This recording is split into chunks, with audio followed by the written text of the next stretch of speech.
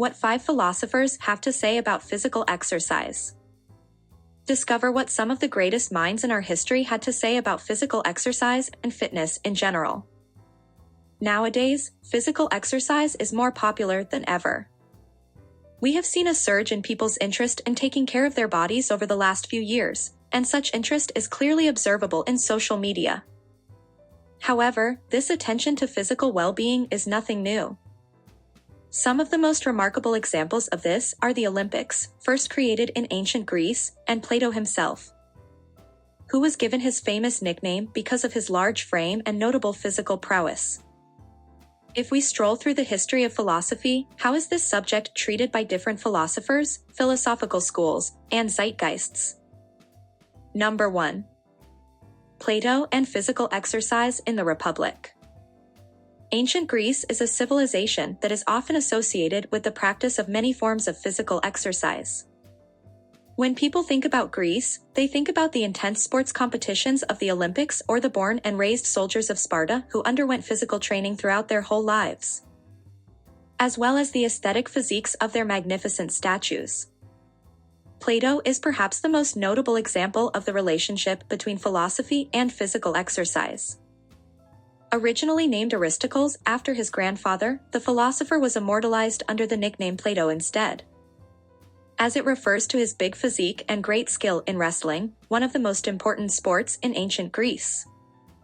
2 key parts of Plato's philosophy are found in his political perspectives shown in the Republic, and his theory of forms, which is brought up in many of the philosopher's writings. If we take a closer look at these 2 pillars of Platonic philosophy, we are able to better understand the philosopher's views on physical training. In the Republic, Plato lays the blueprint for what he believes to be an ideal society. The philosopher believed that physical training is an essential part of the education of citizens, not only because physically fit individuals are healthier and therefore more valuable assets to that society, but also because these practices can provide many other benefits such as promoting healthy competitions and developing teamwork among the citizens through sports. This teaches the people to have discipline and self-control, as well as establish a capable military force. Moving on to the theory of forms, if we understand that the basic premise of the theory is the concept of things in our world being flawed reproductions of their perfect abstract forms, it is easy to see how we can relate Plato's philosophy to the realm of physical exercise. According to this theory, every form of physical practice, be it a competitive sport or the pursuit of a perfect-looking body, has its ideal counterpart in the realm of forms. Through consistency and hard work, though never reaching perfection, we are able to come ever so closer to the ideal forms. Our bodies and how we move them are no exception to that. We should always have our eyes set on being the best version of ourselves. Number 2. Aristotle's virtue through balance. It would be unwise to visit ancient Greek philosophy without mentioning Aristotle. Being both a student and a critic of Plato, Aristotle is another philosopher whose work our society is built upon. One of his most remarkable contributions is the concept of virtue through balance, meaning that we should never aim for the extremes in our lives, but rather for a middle ground instead. According to Aristotle, our natural goal as humans is to reach a higher state of well-being, which the philosopher called eudaimonia.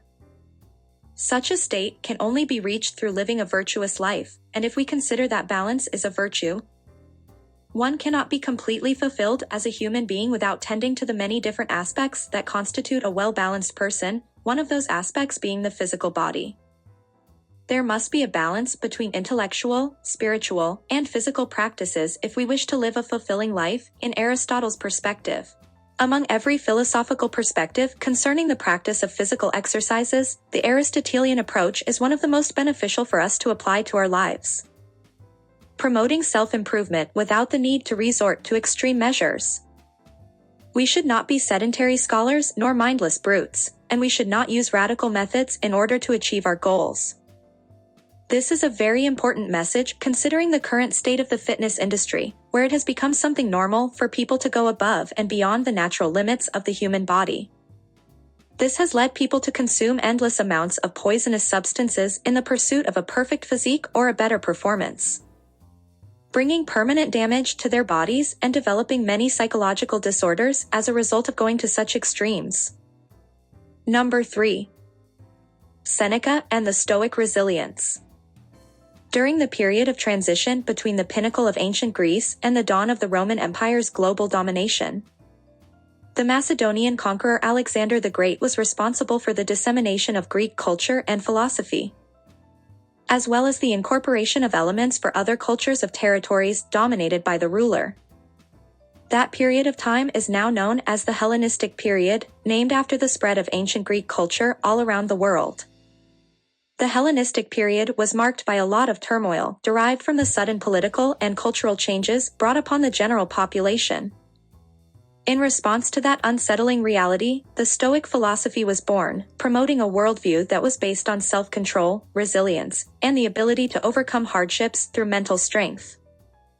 Much like Aristotle, the Stoic philosopher Seneca believed that balance and moderation were necessary for our self-improvement.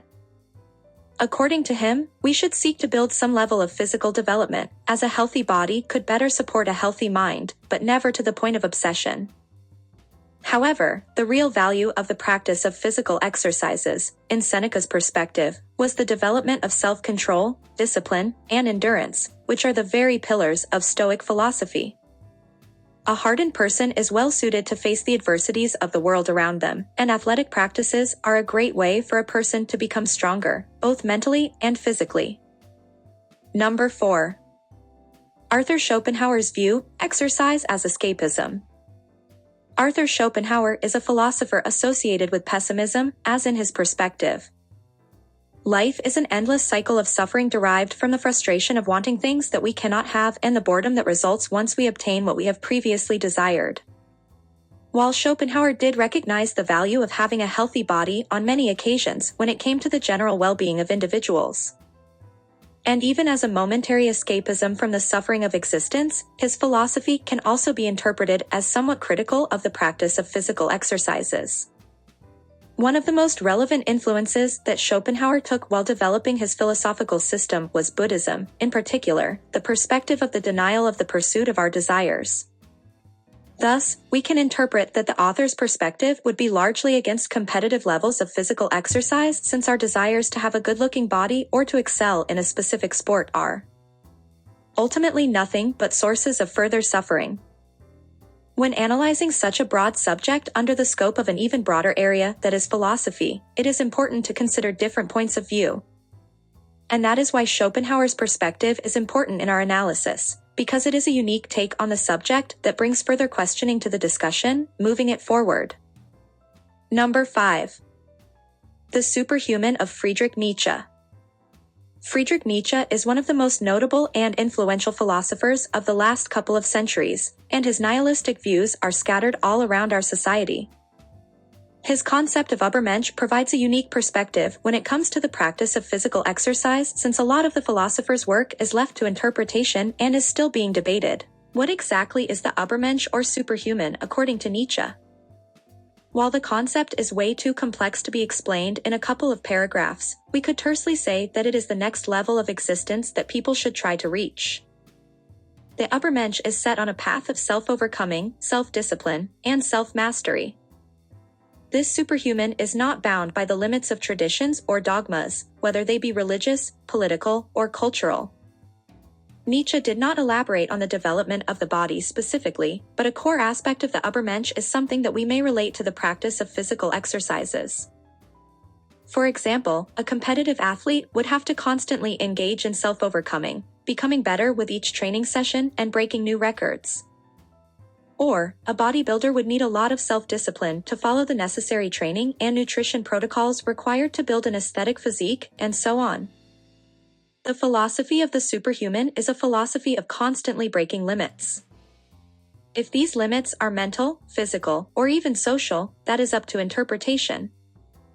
The main point here is to always have the ambition to become more than you currently are.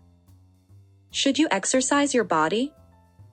The list of philosophers who have made direct or indirect mention of this subject matter is long. But analyzing the 5 points of view that have been explained in this article can give us a somewhat broad and diverse perspective on the relationship between philosophy and physical exercise. There is not a simple answer here, but we may conclude with some level of certainty that most philosophers agree that exercising your body and living a healthy life are beneficial to any individual. Striving to become better every day is a great way to tackle life. We should always study more about the subjects that interest us, become better friends to our loved ones, and become more physically fit each day. Pessimists like Schopenhauer will see the practice of physical exercises as nothing but a distraction.